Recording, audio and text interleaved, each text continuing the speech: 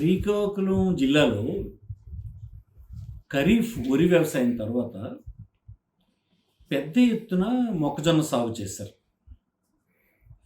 గడిచిన కొంతకాలంగా కొన్ని సంవత్సరాలుగా మొక్కజొన్న సాగులో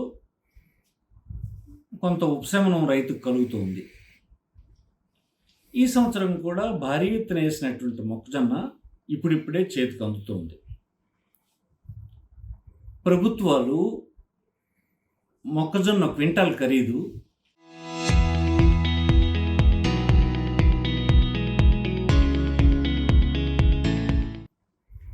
2,400 సపోర్ట్ ప్రైస్ అని ప్రకటించడం జరిగింది. ఈరోజు మార్కెట్లో 1,600కు 1,700కు వ్యాపారులు కొనేస్తున్నారు. రైతులు అమ్ముకోవాల్సినటువంటి దుస్థితి ఏర్పడింది. నేటి వరకు ఎక్కడ కూడా మీరు కొనుగోలు కేంద్రాలను ఏర్పాటు చేయలేదు. ప్రభుత్వం ఎప్పుడైనా సపోర్ట్ ప్రైస్ని అనౌన్స్ చేస్తే సపోర్ట్ ప్రైస్ రానప్పుడు సపోర్ట్ ప్రైస్కు ప్రభుత్వం కొనే ఏర్పాట్లు చేయవలసి ఉంటుంది. అప్పుడే సపోర్ట్ ప్రైస్ అనేది దీనికి అర్థం ఉంది. మొక్కజొన్న పంట వేసినప్పుడు మీరు ఎరువు ఇవ్వండి అని అడిగితే మీరు నేరుగా యూరియా వారికి సరఫరా చేయలేకపోయినారు. బ్లాక్ మార్కెట్లో కొనుక్కోవాల్సినటువంటి దుస్థితి ఏర్పడింది. కొంతమంది బలహీనులైనటువంటి రైతులకు యూరియా అందలేదు కూడా.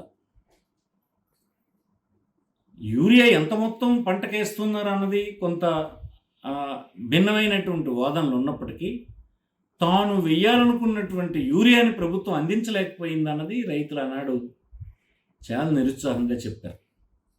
ఇంటిల్లిపోది రక్తాన్ని చిందించి చెమటగా చిందించి మేము పండించబోతున్నటువంటి పంటకి కనీసం ఎరువివ్వండి అని అడిగితే దిక్కులేని పరిస్థితులు ఉన్నాయని బాధపడ్డారు. మీరెవరూ దాని గురించి పట్టించుకోలేదు. నేడు మళ్ళీ కష్టపడి పండించుకున్నటువంటి పంట కళ్ళానికి వస్తే అమ్ముదామంటే సపోర్ట్ ప్రైస్ ఇచ్చే పరిస్థితి లేదు. ఎక్కడ మీరు కొనుగోలు కేంద్రాలను తీర్చలేదు. ఇలాంటి పరిస్థితే ప్రీవియస్ గవర్నమెంట్లో వైఎస్ఆర్సీపీ ప్రభుత్వం ఉన్నప్పుడు మొక్కజొన్నకు ఓపెన్ మార్కెట్లో సపోర్ట్ ప్రైస్ రావడం లేదనంటే అన్ని మార్కెట్ యార్డుల్లో సపోర్ట్ ప్రైస్ ఇచ్చి మార్కెట్ ఇంటర్వెన్షన్ ప్రభుత్వం చేసి ధరను నిలబెట్టి రైతులకి గింజలు ఇప్పించారు. ఆనాడు రైతులే అందరూ ప్రభుత్వానికే జొన్న గింజలను ఇచ్చి ఆ పంటను అమ్ముకునేటువంటి పరిస్థితి వచ్చింది. నేడు మార్కెట్లో ఉన్నటువంటి పరిస్థితులు చూస్తే 2,400 రావాల్సినట్టు క్వింటల్ 1,700 అందుతుంటే అంటే సుమారుగా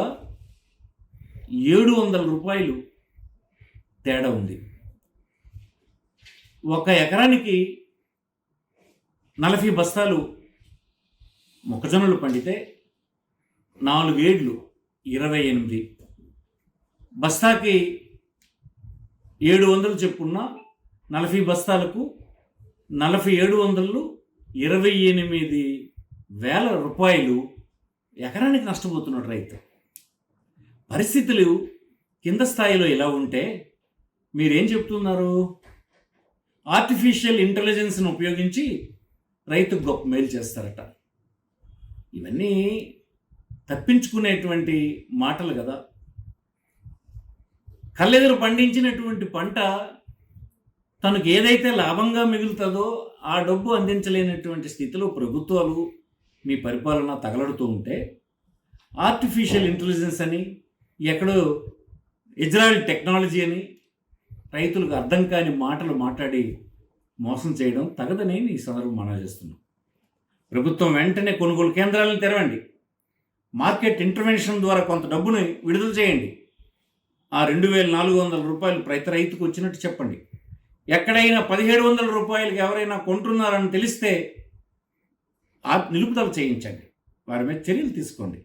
మేము కొంటున్నాము ఆగండి అనేటువంటి మాట చెప్పేసి పెద్ద డిపార్ట్మెంట్ ఉంది. అగ్రికల్చర్ డిపార్ట్మెంట్ ఉంది, మార్కెటింగ్ డిపార్ట్మెంట్ ఉంది, ఎన్ని అనుబంధ విభాగాలు ఉన్నాయి. అందరినీ కలిసి దించండి. పంట పండితే కనీసం ధర పెంచలేని దిక్కుమాలిన స్థితి. పంటకు కావాల్సిన ఎరువు ఇవ్వలేని స్థితి. ఏంటి పరిస్థితి అని మనం చేస్తున్నాం.